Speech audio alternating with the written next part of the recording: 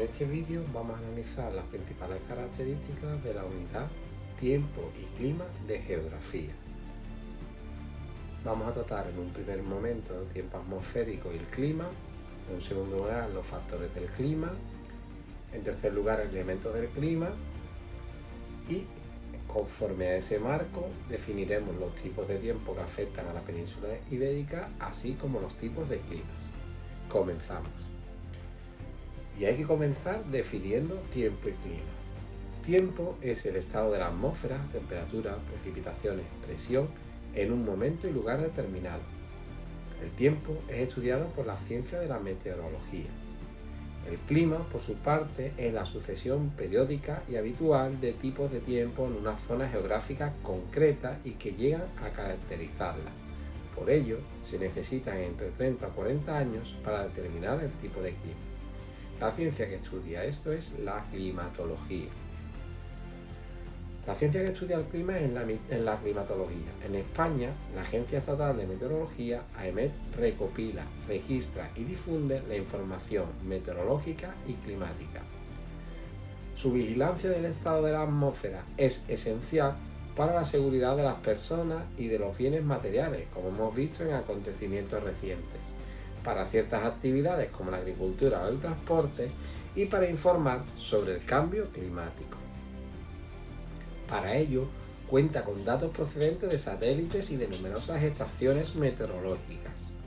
El análisis de los datos evidencia una gran diversidad meteorológica y climática en España, resultado de los variados factores y elementos que vamos a analizar y que inciden sobre el estado de las atmósferas. En este cuadro se resume todo lo que vamos a exponer en el vídeo.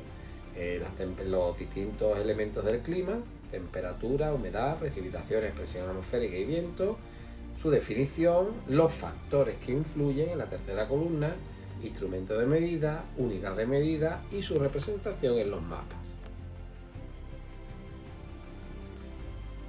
La localización de los fenómenos atmosféricos. Los fenómenos que influyen en el clima se producen en la parte de la atmósfera llamada troposfera. Tiene un espesor de 9 kilómetros en los polos y 17 en el ecuador. Es decir, de todas estas capas de la atmósfera, en la primera, la troposfera, es donde suceden los fenómenos atmosféricos. Vamos a empezar analizando los factores del clima. Podemos distinguir entre factores geográficos y factores termodinámicos. Vamos a empezar con los factores geográficos y empezamos por la latitud.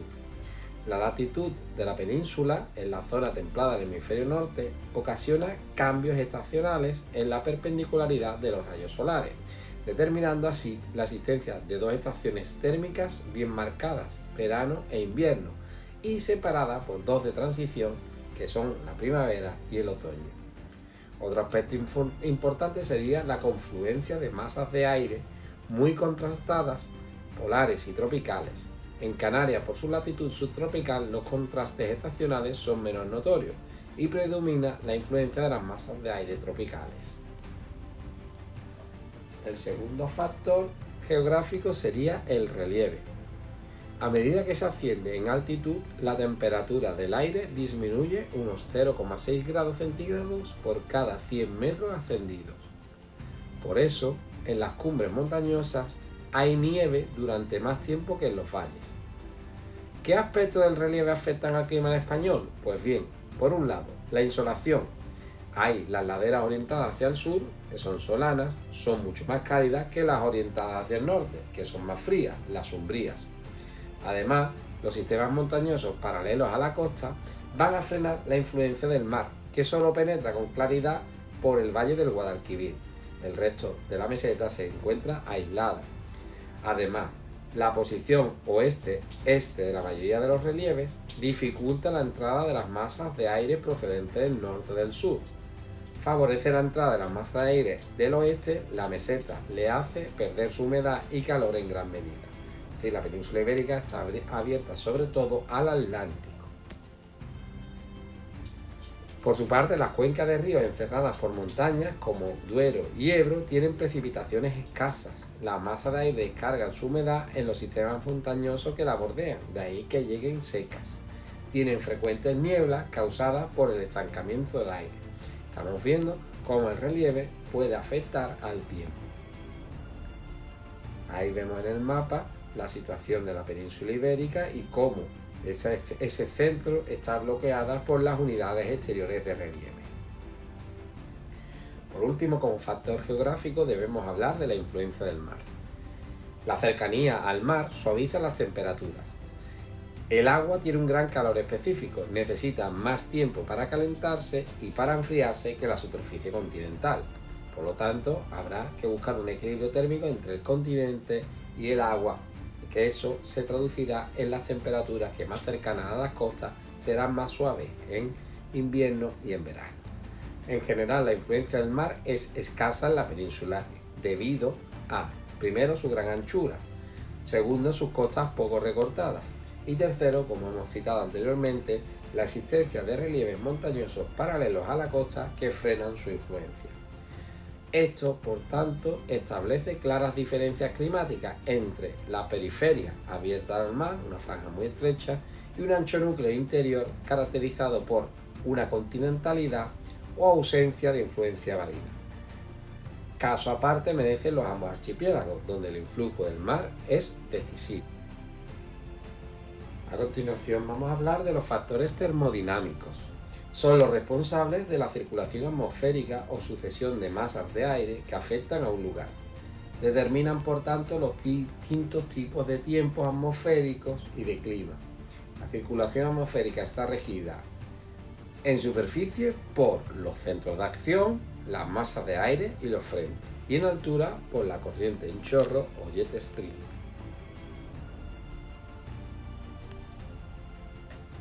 Vemos aquí una imagen de la circulación atmosférica. En la A la corriente discurre en el sentido de los paralelos, de este a oeste. En la imagen B se producen pequeñas ondulaciones en la corriente. Va cogiendo velocidad y las pequeñas ondas se van haciendo mayores. Van a crear las vaguadas. Ahí vemos la circulación en meandros, menor velocidad, dirección norte-sur. Los meandros terminan cerrándose, formando depresiones frías en las latitudes bajas y anticiclones cálidos en las altitudes altas. Estas son las principales características de la circulación atmosférica. Pueden generarse fenómenos además de dana o gota fría. Vamos a analizar primero los centros de acción. La dinámica general atmosférica genera cinturones de presión que están constituidos por centros de acción. Los centros de acción de bajas presiones o ciclónicos son las áreas de superficie terrestre donde se produce convergencia de aire. El aire asciende, provoca la disminución de la presión y un estado inestable del aire. El aire gira en este sentido contrario al movimiento de las agujas del reloj. En el hemisferio norte, en el hemisferio sur es al contrario. Se vuelve inestable, suele generar nubosidad y precipitaciones. Son las vaguadas, bajas presiones, ciclones o borrascas. Por otro lado estarían los centros de acción de altas presiones anticiclónicos. Son áreas de la superficie terrestre donde se produce un descenso de aire desde la troposfera. Aumenta la presión, se produce una gran inestabilidad del aire. Ahí vemos la circulación atmosférica y los distintos frentes. Aquí como se origina un anticiclón de más de 1013 milibares y una borrasca que tiene que ser menor a 1013 milibares. Las dorsales y las vaguadas. Aquí vemos en este esquema cómo se forma una alta presión y una baja presión. En el esquema superior, un anticiclón, que es el área de altas presiones. La corriente de aire desciende en el centro y normalmente produce un tiempo fresco y claro. En la imagen de abajo muestra un ciclón, una borrasca, un área central de baja presión hacia la cual soplan los vientos. En el centro se eleva el aire más húmedo y caliente. Al subir se enfría, origina nubes con probabilidad de precipitaciones.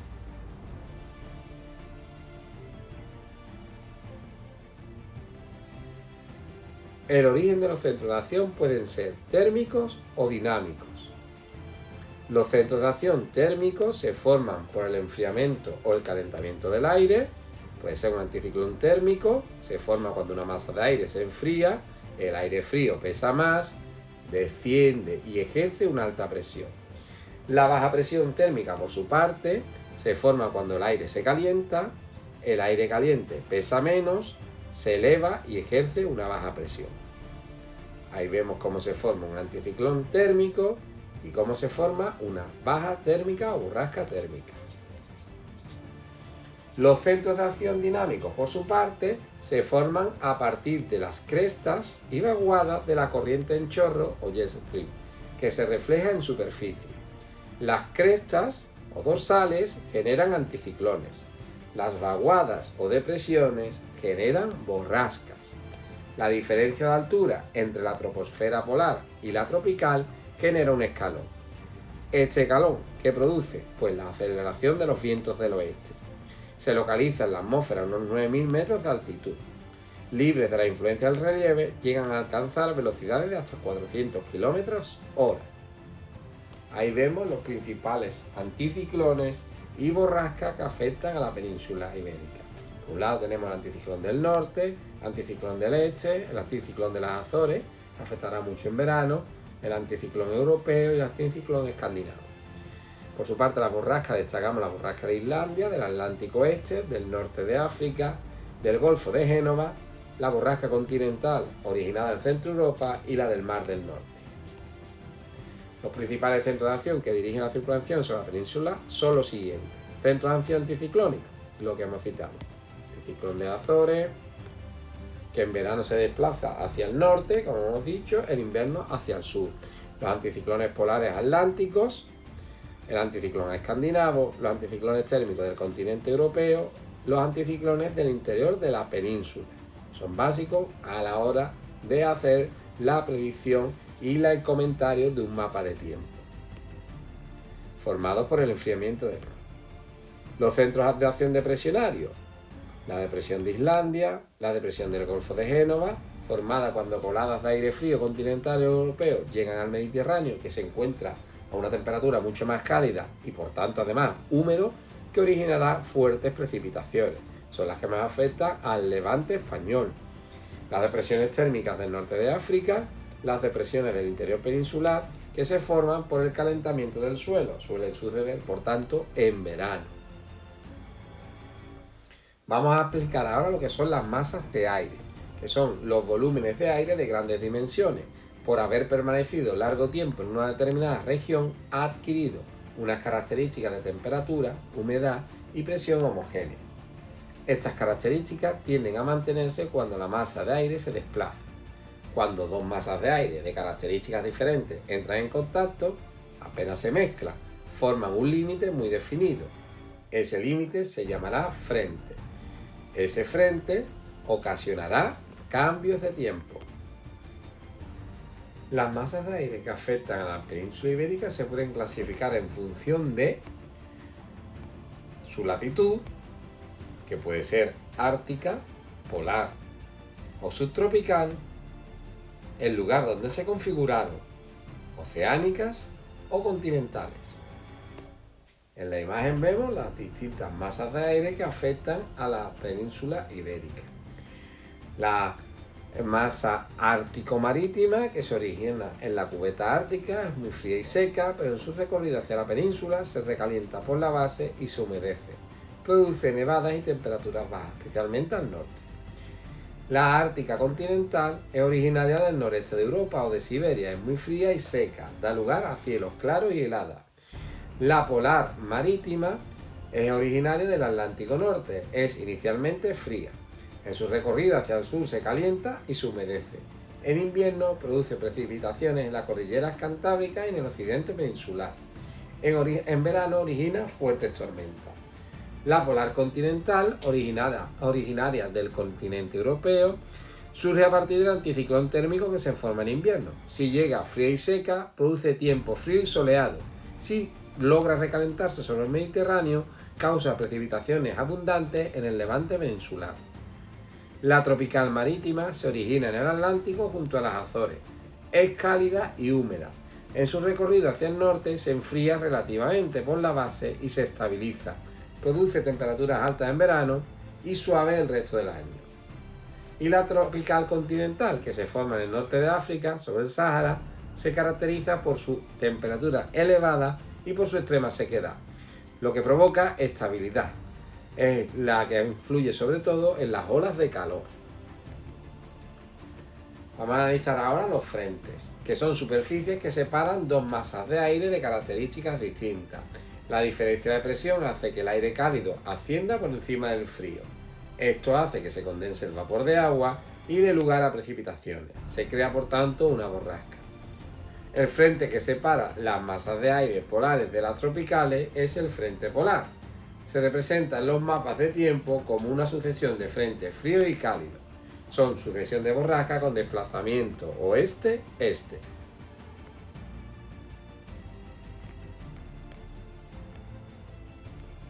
Los tipos de frentes son el frente cálido, se produce cuando una masa de aire cálido avanza sobre una masa de aire frío, ascendiendo lentamente por encima de ella. En el mapa aparece con una línea roja y semicírculos. El aire alcanza el punto de rocío, formando nubosidad. Luego estaría el frente frío, que se forma cuando una masa de aire frío se acerca a una masa de aire cálido. El aire frío más denso desplaza la masa de aire cálido hacia las capas superiores. La nubosidad generada es de desarrollo vertical. Este se representa en el mapa con triángulos azules. Y el frente ocluido se produce si un frente cálido es seguido por un frente frío con un desplazamiento más veloz, terminando su efecto. El frente frío alcanza al cálido desplazándolo hacia arriba. Los dos frentes continúan moviéndose uno detrás del otro y la línea entre ellos es el frente ocluido. Aquí lo vemos en mapa, lo que sería el frente cálido, frente frío y el frente ocluido, donde el frío alcanza al cálido.